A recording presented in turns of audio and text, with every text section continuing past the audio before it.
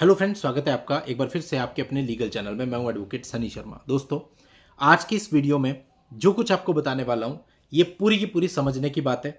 और अगर आप अपना थोड़ा सा इंटेलिजेंस यूज करेंगे, विवेक यूज करेंगे, तो आप जान पाएंगे कि आपकी बेहतरी किस में है। ये वीडियो किसी एक पक्ष के लिए नहीं है, दोनों ही पक्षकारों के लिए है। दोस्तों, एक बहुत बड़ा खेद, दोस्तों इतना बड़ा कार्यक्रम चलता है, कितने साल दोनों पक्षकार लगे रहते हैं, 5 साल, 8 साल, 10 साल।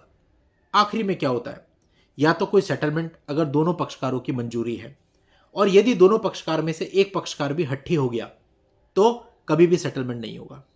10 साल लड़ो, 15 साल लड़ो, अगर लड़के ने सोच लिया मुझे थकाना है, मुझे सेटलमेंट करना ही नहीं है, लड़की का जीवन खराब है। लड़के का भी जीवन खराब है हालांकि, बट लड़की का भी खराब है।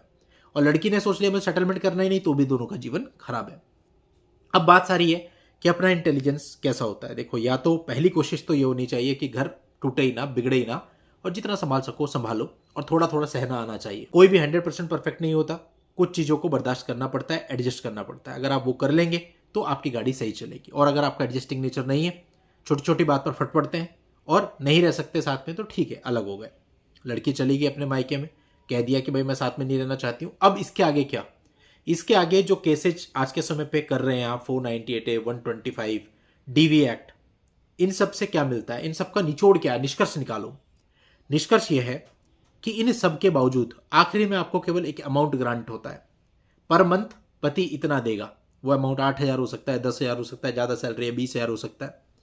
ये अमाउंट ग्रांट होता है 1 साल बाद, 1.5 साल बाद, जब भी इंटरिम का ऑर्डर होगा, ये अमाउंट ग्रांट होता है। इस अमाउंट के ग्रांट होने के बाद पति इस अमाउंट को स्मूथली देता नहीं है। जो लड़कियां परेशान हैं इस अमाउंट को लेने के लिए, बहुत अच्छे से जानती होंगी, पता नहीं कितने कितने एग्जीक्यूशन पड़े हुए, पति आ नहीं रहा है, कुछ मामलों में फॉरेन चला गया है, कुछ नहीं हो रहा है, कोई पैसा नहीं मिल रहा है, 4-4, 5-7 साल हो चुके हैं ऑर्डर के बावजूद भी।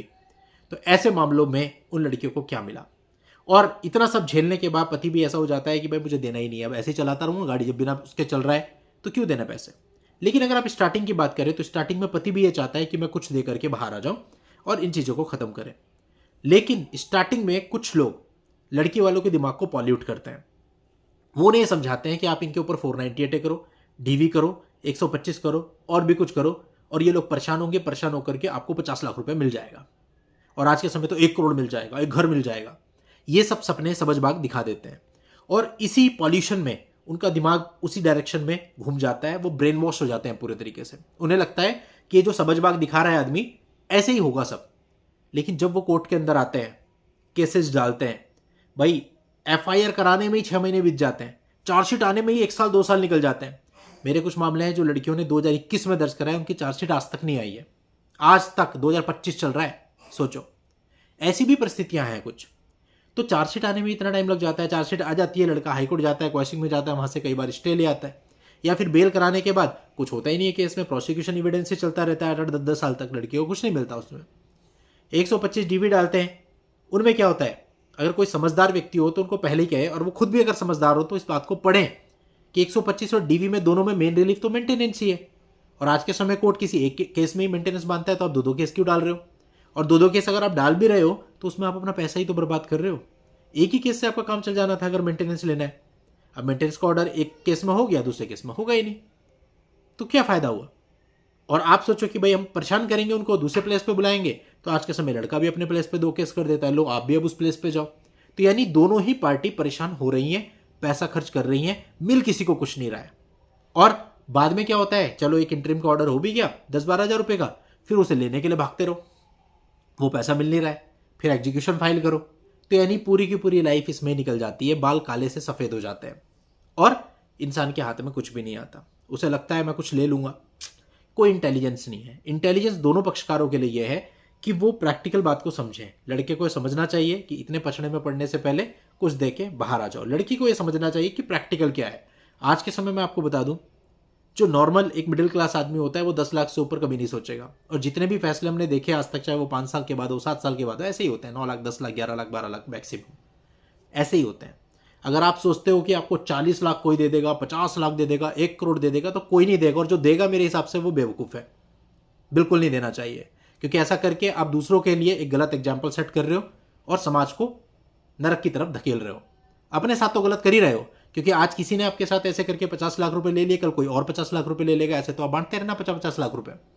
तो ये बात हमें कभी नहीं सोचनी चाहिए कि हमारी जेब में पैसा है तो बस हम गलत के पीछे भागें, अपने को निकालने की सोचें। ऐसे मैंने बहुत सारे सेल्फिश लोग देखे हैं जो ऐसा करते हैं और कह के करते हैं, मुझे औरों से मतलब नहीं है, मैं बाहर आ रहा हूँ ना, मैं बाहर आ जाऊँगा क्योंकि मेरी पॉकेट में पैसा पड़ा है, मुझे उससे मतलब नहीं है जो इस एक्टिविटी की वजह से बाकी लोगों पे इफेक्ट पड़ेगा। तो ये पूरे तरीके से गलत है, तो ऐसा करना नहीं है। एक रीजनेबल अमाउंट जो होती है 10-12 लाख 15 लाख, ठीक है, वहाँ तक थोड़ा बहुत स्टेटस पे भी डिपेंड करता है, मैं ये भी मानता हूँ, लेकिन ऐसा नहीं कि बस अपने बारे में सोचनी है कि मैं बाहर आ जाऊँ चाहे मुझे कितने भी देना पड़ रहा है, क्योंकि मेरे लिए 50 लाख रुपए 1 करोड़ रुपए कुछ नहीं है। लेकिन बाकी लोगों के लिए तो है, बाकी लोगों के लिए तो ऐसे लोग हैं, ऐसे क्लाइंट्स हैं जिनको बेचारों को 10 लाख रुपए एकत्र करने में सालों लग जाते हैं, उसके बाद भी नहीं कर पाते या फिर लोन लेके इकट्ठा करते हैं। तो इसलिए जो नॉर्मल सेटलमेंट्स होते हैं वो वही होते हैं 5 लाख से लेकर 10 लाख के बीच में। यही रियलिटी है, यही सच्चाई है। 10 साल कोर्ट में धक्के खाओगे, कोर्ट भी एलिमनी जो करेगा वो लड़के के स्टेटस के हिसाब से करेगा, आपके मांगने के अनुसार नहीं। बहुत से मामले मेरे पास खुद ऐसे चल रहे हैं जहाँ लड़कियां 1-1 करोड़ रुपए डिमांड कर रही हैं।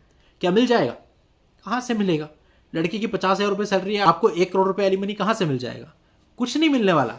लास्ट में वही 10-12 लाख का कोर्ट ने भी ऑर्डर करना और उसको भी लड़का हाई कोर्ट में चैलेंज करेगा, फिर उसके लिए भटकना हाई कोर्ट में।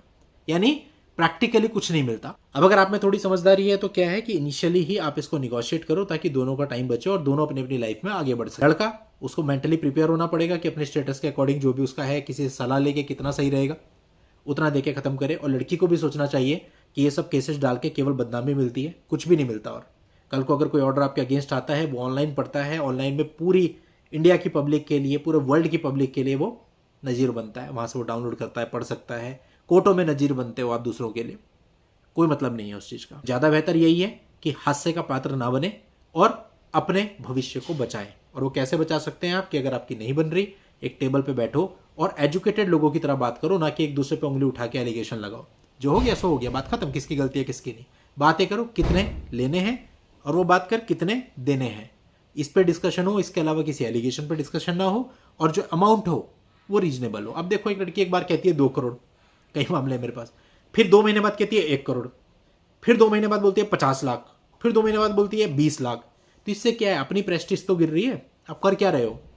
लास्ट में फिर सेटलमेंट 12 लाख रुपए में हुआ और इस पूरी प्रक्रिया में आपने अपने 3-4 साल खराब भी कर दिए। तो पहले ही 12 लाख ले लेते आराम से।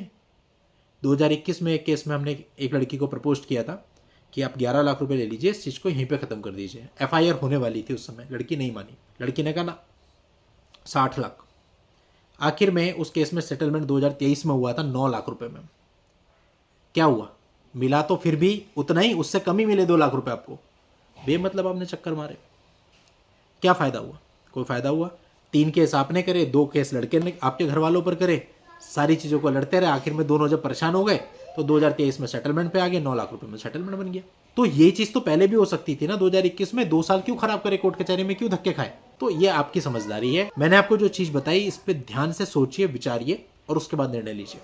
चलिए दोस्तों, आज के स्टूडियो में इतना ही। नेक्स्ट वीडियो में नई जानकारी के साथ मैं आपसे फिर मिलता हूँ, तब तक के लिए goodbye and thank you for watching. Take care.